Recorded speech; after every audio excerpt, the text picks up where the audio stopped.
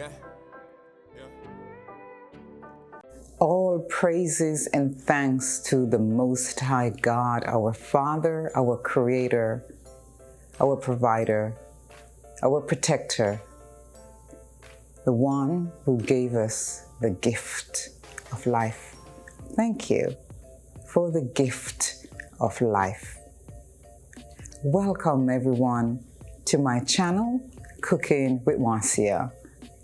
I am Marcia, and I'll be taking you through, yet again, another simple recipe on our plant-based lifestyle.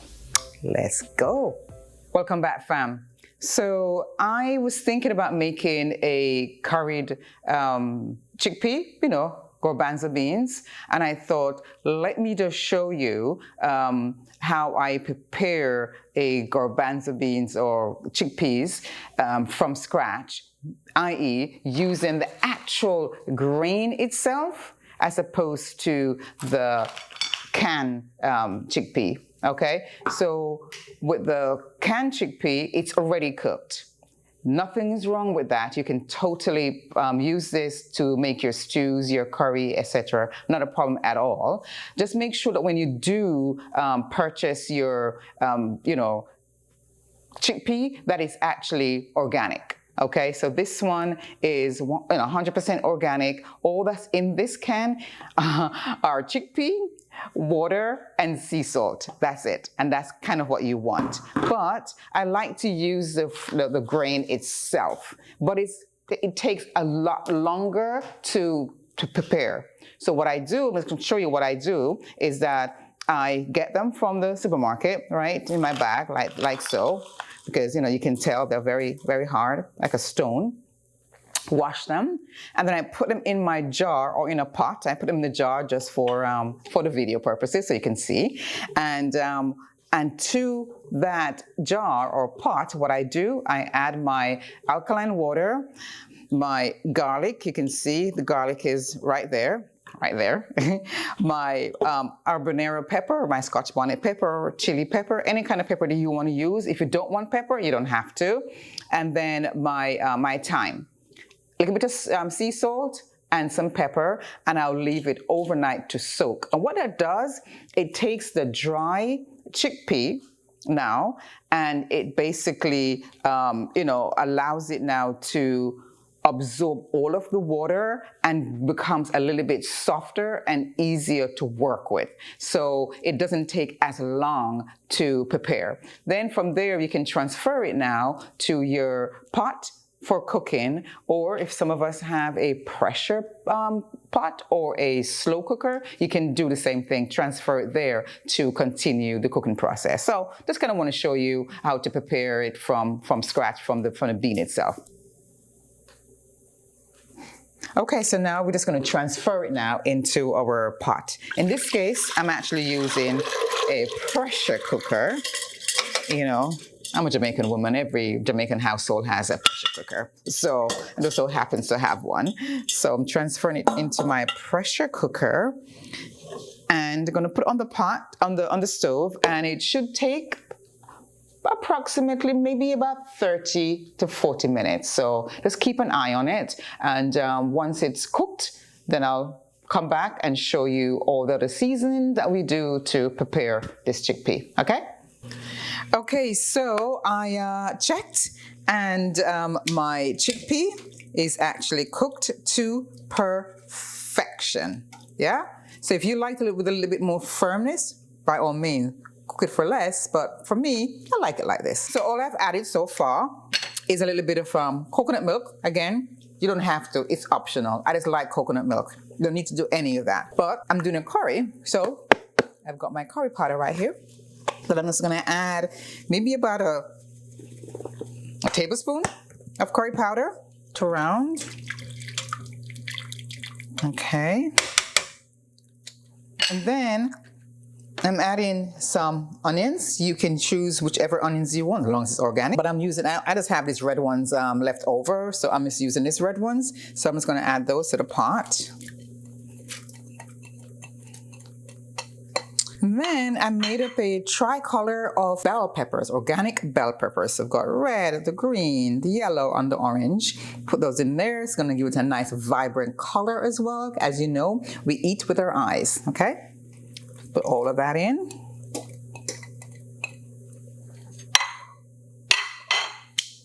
Quick stir, see how we're looking. Ooh, look how beautiful that is now. And to that, I'm just going to add some herbs. So for right now, I have some dried thyme. So I'm just going to add a few sprigs of dried thyme. And of course, I've got me a habanero pepper. I'm going to add to that. Again, you don't have to. You can choose to, add, black pepper or chili pepper flakes or anything that you like. But I like a little bit of heat for my curry, so I'm going to add those in there. And a few cloves of garlic. And that's pretty much what I'm going to add to this for now. I'm going to let it cook down for a little while, and then come back and check it out and see how it's tasting. And then from there, I will add additional seasoning if needed. So let us just leave that on, cover for about 15 minutes, come back, let's see how it's looking, and then we can add seasoning for your palate, for your taste. Okay? 15 minutes. Okay, after about 15 minutes, I just went to check to see how she is doing. She looks great. I'm just going to test the seasoning to make sure that I don't need to add anything, any salt or anything. Ooh, she's perfect. Nothing. All I'm going to do though is add some more fresh, herbs to this. So I'm putting some, some fresh spring onions, just a few sprigs, so enhance the flavor a little bit. And I got some basil. This is the sweet basil, so I'm just going to add a few of those just to add some herb flavor in there. These are all from my backyard, by the way. And this is oregano. I'm just going to tear a few off. I think it has some of the leaves to it, just to give it some more flavor. Okay, and a couple of pieces. I won't put too much because sometimes it takes over the taste of the pot. So just a few sprigs of rosemary as well. Okay, so that's that.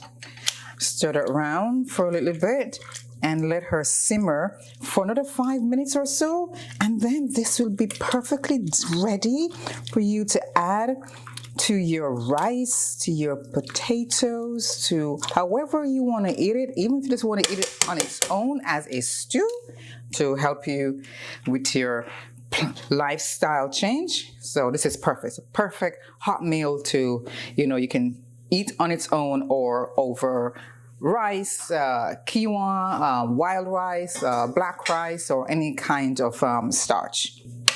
Okay, and like I said before, if you want your beans a little bit more dense, you can do so, but this is perfect texture for me. Okay, so enjoy it in any style you like. It's something nice to have, just to, make something like this, cool it down, keep it in the refrigerator. You come home, rush from work one evening, you want something quick to eat, warm some up. You can have it with bread, you can have it with your leftover rice or your quinoa or your potatoes or whatever it is, or just on its own. I'm about to plate up, and I made a salad earlier, and I thought, why not just add some salad, give it some green onto the plate.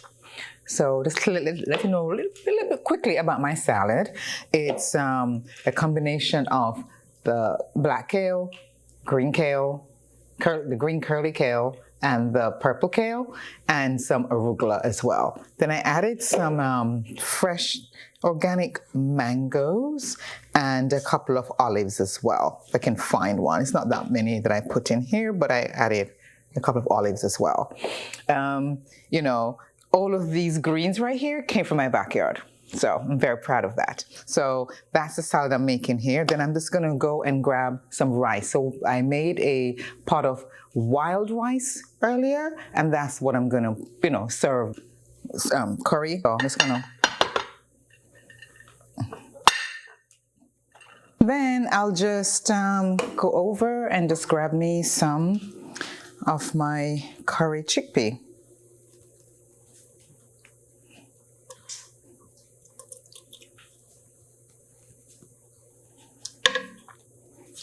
And there you have it, ladies and gentlemen. Your curried chickpea, wild rice in the middle, and some nice green fresh salad.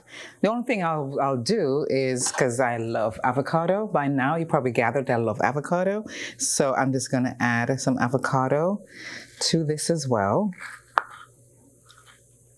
And just do it like so onto the plate. So there you go. Voila, voila. Nice, delicious, balanced, plant-based meal.